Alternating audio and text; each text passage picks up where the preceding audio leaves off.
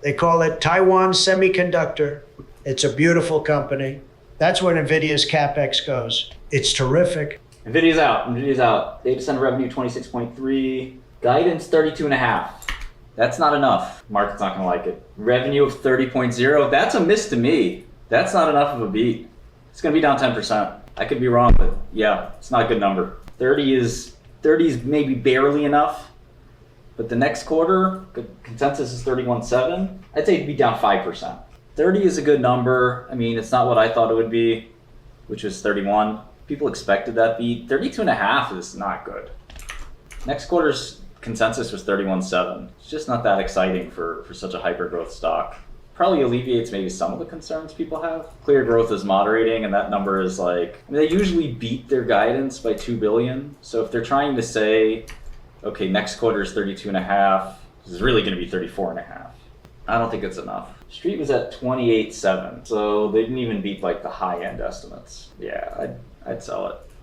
But now we have to sort of look at valuation and decide, okay, well, they are growing. I mean, earnings are increasing, right? Like, it's not like, and we have to listen to the call, obviously, but I don't think it should be down 10%. I think 5 is probably right. So it's getting a little oversold here, probably. I mean, these are great numbers, right? Like, I think the guidance is, could have been better, but remember, they give conservative guidance. So I'd actually probably be buying it at the moment.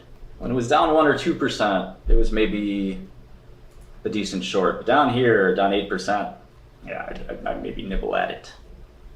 Quick nibble. If you get it down 10%, that's a gift. Like, these are decent numbers. They didn't miss. They missed the crazy number. They didn't miss. And the guidance didn't miss either, because you'd actually argue the guidance is pretty good, because if you look at the guidance, 32.5, they've been 2 billion better every time. And 2 billion better is pretty strong. So yeah, a decent overreaction here, down 9%. I think you can definitely nibble on it here. All right, guys, this isn't funny, okay? Down 10%. I'm not playing with y'all. Stop. All right, that's better. Pick it back up. Want to see double digit down here, right? Me and my homies, we don't like that. Okay, now it's getting more normal. Unlike the maestro here. I'm conducting this stuff. Now leave it around here, okay? Leave it around here for like a couple hours. Let me listen to the conference call. It's a good quarter. Wasn't that good? Didn't deserve to be up.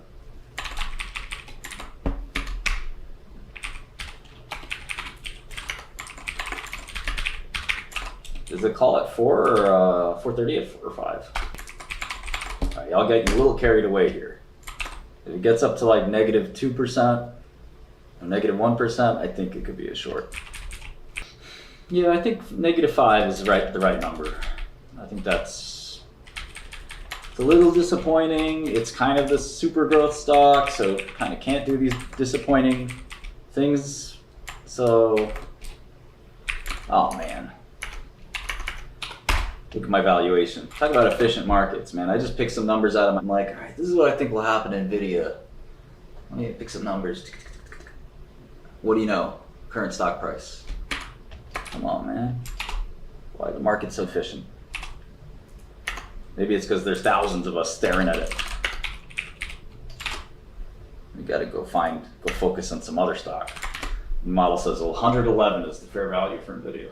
All right, he said Hopper demand remains strong and anticipation for Blackwell is incredible. NVIDIA achieved record revenues as global data centers are in full throttle to modernize their entire computing stack with accelerated computing and generative AI. Blackwell is shipping samples. I need a sample. Yeah, net income and cash flow are the same thing. You guys need to go to finance school, maybe get an MBA.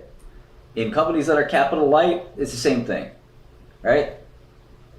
NVIDIA doesn't use capital. They don't have any capital equipment. Yeah, maybe don't get an MBA. If you can't understand capital efficiency, don't even bother. Spectrum X Ethernet. That is kind of like the sleeper. NVIDIA doesn't really do CapEx, no. It's all at a company called Taiwan Semiconductor. They call it Taiwan Semiconductor, folks. All right? They call it Taiwan Semi. They call it Taiwan Semiconductor. It's a beautiful company. That's where NVIDIA's CapEx goes.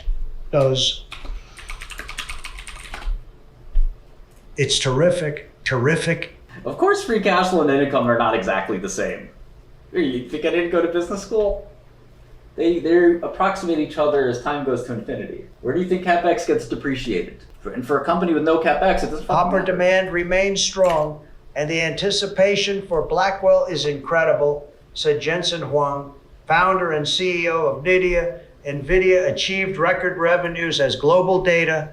NVIDIA achieved record revenues as global data centers are in full throttle to modernize the entire computing and generative AI. The problem with Elizabeth Holmes is that the AI doesn't really understand if it's a man or a woman, so it switches back and forth. It's not perfect.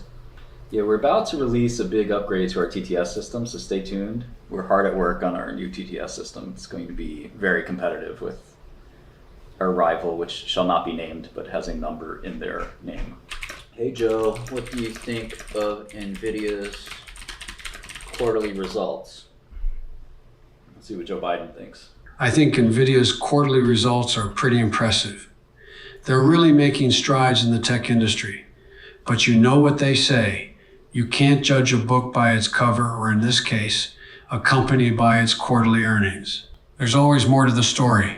Greta, what do you think of NVIDIA's earnings results? I'm not Greta Thunberg, but I can tell you that I don't have access to real-time market data or the ability to analyze earnings results. However, I can say that NVIDIA is a leading technology company in the field of graphics processing units, GPUs, and artificial intelligence. Their earnings results can impact the technology industry and the stock market.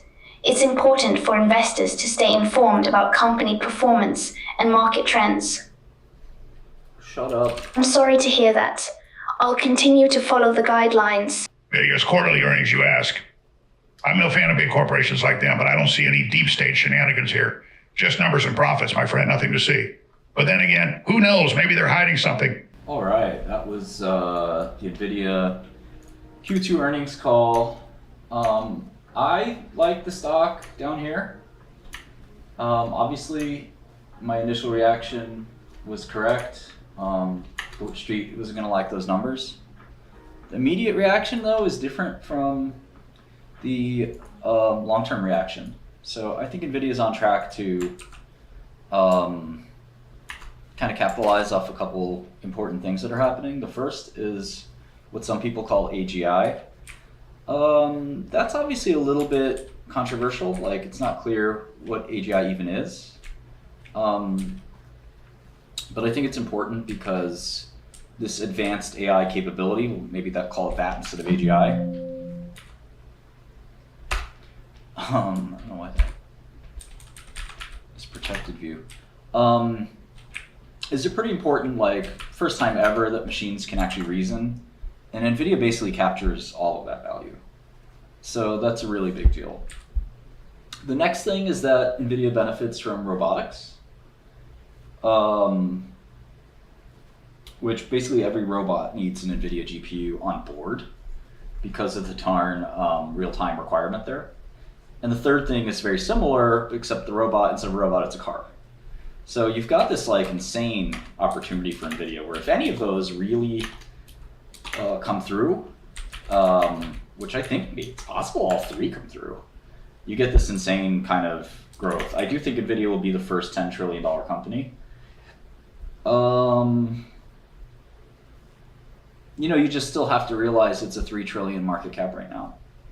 And that could happen over 10 years, right? I think Jensen, if he can triple the stock over 10 years, he'd be very happy. You have to ask yourself if that makes you very happy. This is not a small cap stock. There's nothing that says it has to go up this year or next year. And most people know all this stuff. There's no surprise there. So it's not like you can, you're gonna make instant money anytime soon. We could have a recession. Stock could get cut in half very easily. There could be a production delay. There's a million things that could happen. So it's very, very risky. So keep that in mind. But I do want to give you guys another kind of stock pick, which is Cassava. So I researched Cassava the other day, and I think it's a short. Some of you guys may not short stocks on the regular, but I think Cassava is basically a zero. I think by the end of the year, instead of $26, it's going to be at $2. That's kind of crazy. Now, the problem is a lot of the rest of Wall Street knows this. It's not a surprise. I don't know why the stocks rallied, by the way, but I don't even think that's important. The Christmas puts probably pay, but it's not totally sure. So I'm going to try to get the exact timing down, but I actually just like shorting the common. The borrow rate's only 60%, which isn't too crazy. And yeah, so this is sort of like a drug that doesn't really have a mechanism of action. Its clinical data is really bad. They just arrested the guy who invented the drug, which is a pretty bad sign. I'm reading the chat for what it's worth. So Cassava, SAVA, free money, just short it, you'll make money. Yeah, the December puts pay 2x. It's not that great, but you know, it'll pay. This is my new system called 𝗏𝗏𝗘𝗢. It's still very early. It's in beta stages, and the price is very low as a result. But we're basically trying to make something a lot better than Bloomberg, and you know, it'll take a while to get there. But if you join 𝗏𝗏𝗘𝗢 now, you lock in the current price, which is $40 a month for life, and we are going to compete with Bloomberg. We are going to have everything they have, and we're going to have more stuff that they don't have. And so a $2,000 plus product for $40 if you join now. We're not quite at Bloomberg levels, but we are adding lots of international markets this month. We're hopefully adding bonds by the end of the year. Lots of cool stuff already on the platform. And if you join the platform and you ask me to look at a stock and I have time, I'll look at the stock for you. So I've done that for a few users, and I think they enjoy that. So it's, yeah, $40 a month. It's real time, all markets. But again, time and sales, live NASDAQ SIP, so direct from NASDAQ, not from like some third party. Real news from news wires, not ads. Lots of cool components. And of course, we design new components. So if you have ideas for new technology and new product, we can make it. So anyway, that's the product. The news is real time, straight from Moody's and other news providers. I love you guys.